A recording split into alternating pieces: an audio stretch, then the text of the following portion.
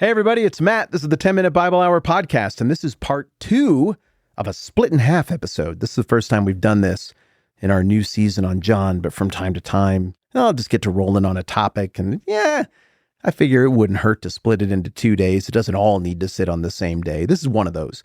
So, if you haven't caught yesterday's episode, you may want to, because today's going to make a lot more sense. But if you don't want to, here's where we're picking up. God made a deal with Abraham, and then a distant descendant of Abraham named Moses in the early going of the Old Testament. He said, hey, all of this whole people group, the Hebrews, the Israelites, the Jews, I'm going to be your God, you're going to be my people, and all the nations are going to know it, because if you obey me, I'm going to bless you like crazy. If you disobey me, I'm going to punish you like crazy. Either way, everybody's going to know that I'm God, and that's good. Because I'm not just the God of you. Ultimately, I am the God of everyone, and I am orchestrating history, in part through my relationship with you, my chosen people, to make that evident to everyone and to redeem all of history. John 1, that we've been working on, nods to that story, that theme that runs all throughout the Old Testament. And yesterday, we were talking a bunch about that, and we suspended operations, and now I'm going to have Jeff play some music, and we're going to keep talking about that. All right, here we go.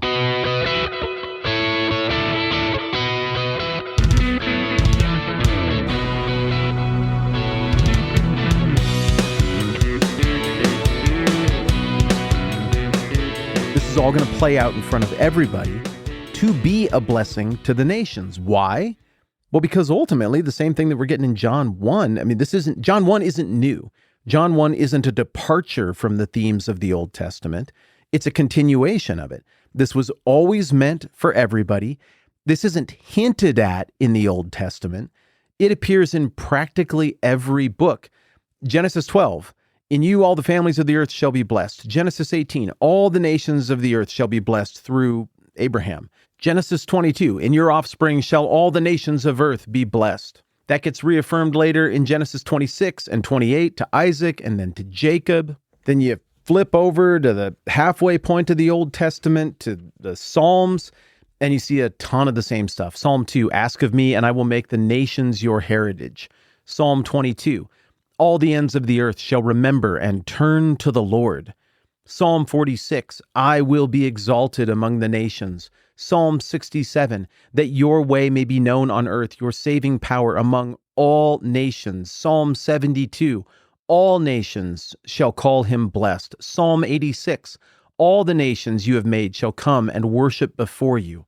Psalm 96, declare his glory among the nations. Psalm 98, all the ends of the earth have seen the salvation of our Lord. Then the prophets, nearly all of them, looking forward into this distant future, put more flesh on the bone of this idea that all the nations are going to come before the throne of God and worship him. Isaiah 2 visualizes the nations streaming to Zion for instruction to learn about the true God. Isaiah 11, the root of Jesse, to him shall the nations inquire. Isaiah 19, Egypt and Assyria seem to be included in the covenant blessing. Isaiah 42, I will give you as a covenant for the people, a light for the nations. Isaiah 49, I will make you as a light for the nations, that my salvation may reach the ends of the earth. Jeremiah 3, all nations shall gather to Jerusalem. Jeremiah 16, to you shall the nations come from the ends of the earth. Micah 4 envisions the exact same picture as Isaiah 2, all the nations streaming toward Jerusalem. All of the plight of human history and politics and war, it's all over. Everybody has realized that this one thing is the truest, realest thing, and they're unified. They're coming together. The kings of the world are all seeing this at once. Zechariah is filled with this language. Maybe it's right up there as my favorite book of the Old Testament. Malachi 1, from the rising of the sun to its setting, my name will be great among the nations. The great prophet Daniel in chapter 7, one of the pivotal passages of the whole Old Testament, all peoples, nations, and languages should serve him. I know I've overdone it. I know that was a ton of Bible rapid fire. But my point is this. In the same way that my parents first and foremost built a home and had a unique relationship with the three of us kids, but also the way they treated us was an example to all of our neighbors in our community, and also their love and their compassion, all the same things they showed us, were also meant for everyone. The difference is, and this is where the analogy breaks down, They're humans. They only have so much to give. God has infinity to give. God can expand his family to reaches that nobody could possibly imagine. And that is the vision we see throughout the Old Testament. There's not just some little subtle nod that if you squint real hard, you can see in the Old Testament that makes you think, oh, maybe God was always going to redeem everybody and all the nations. No, I'm telling you, once you start looking for it, once your eyes are open to it, you discover this is everywhere. This is the trajectory of history that is put in place. And now the attentive reader comes out of the Old Testament, they turn over into the New Testament, they read some other Gospels, and then they get to John 1. The attentive reader should be ready for this. Oh, there's that motif. This is America's team. God is for everyone. If you didn't listen to yesterday's episode, that analogy probably didn't make a lot of sense. God is for everyone. He's building something that's bigger, that's not just local and ethnic. He is the God of everything. And the fact that his own people rejected Jesus, okay, we don't need to hit the panic button over that. That's consistent with the behavior we've seen through the whole Old Testament and the way God built his covenant and the way God is building out his redemptive plan and his relationship with humanity. It completely can handle all of these tensions that the original audience would have had in mind as they're trying to figure out what to do with Jesus, what to do with the fact that his own people seem to have not liked him very much and even pushed to have him killed by the Roman authorities. John here in the prologue in chapter 1 is doing a great job of acknowledging the reality.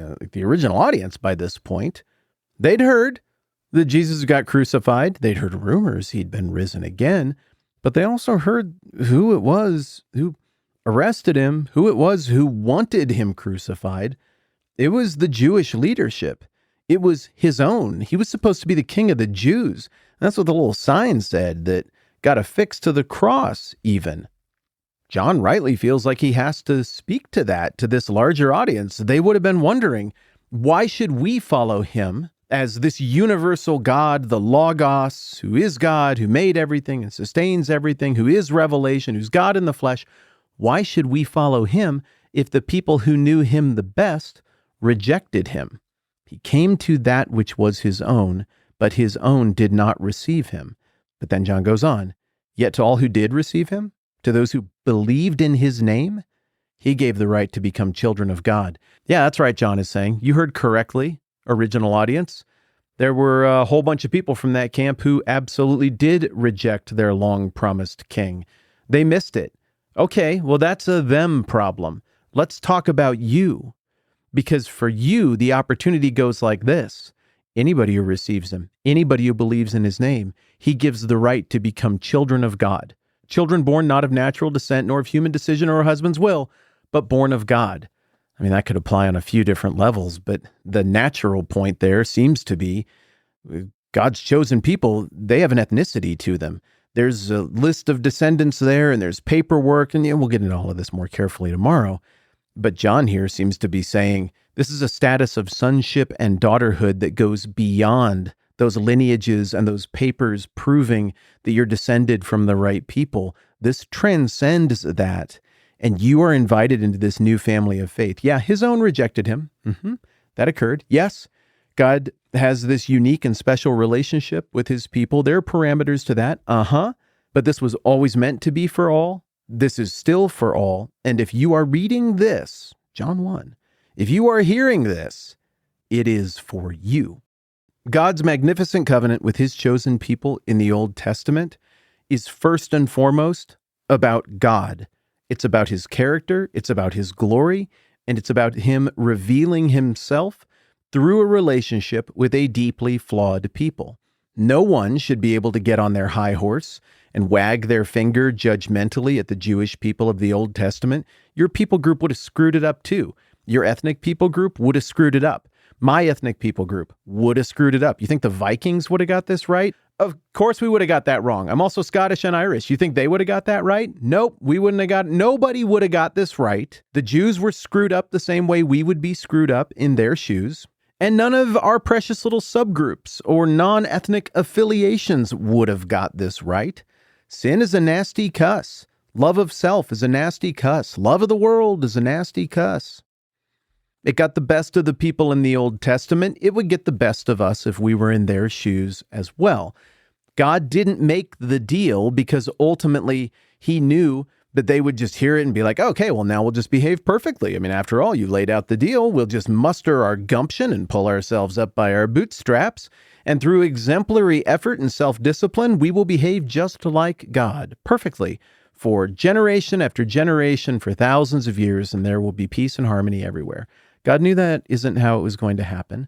He made the relationship to bless a given group of people, but first and foremost, he made the relationship to demonstrate things about his own character and to work out his own plan and to be a testimony to the nations who, even though he did not call them his treasured possession or his children, he clearly had love for, clearly had an eye for, and was clearly ordaining all of history to come to this point where Jesus, the Logos, would come into the world, take on flesh, defeat sin by going to the cross, dying on the cross, being raised from the dead to prove that it was all true, and then giving life to all those who believe.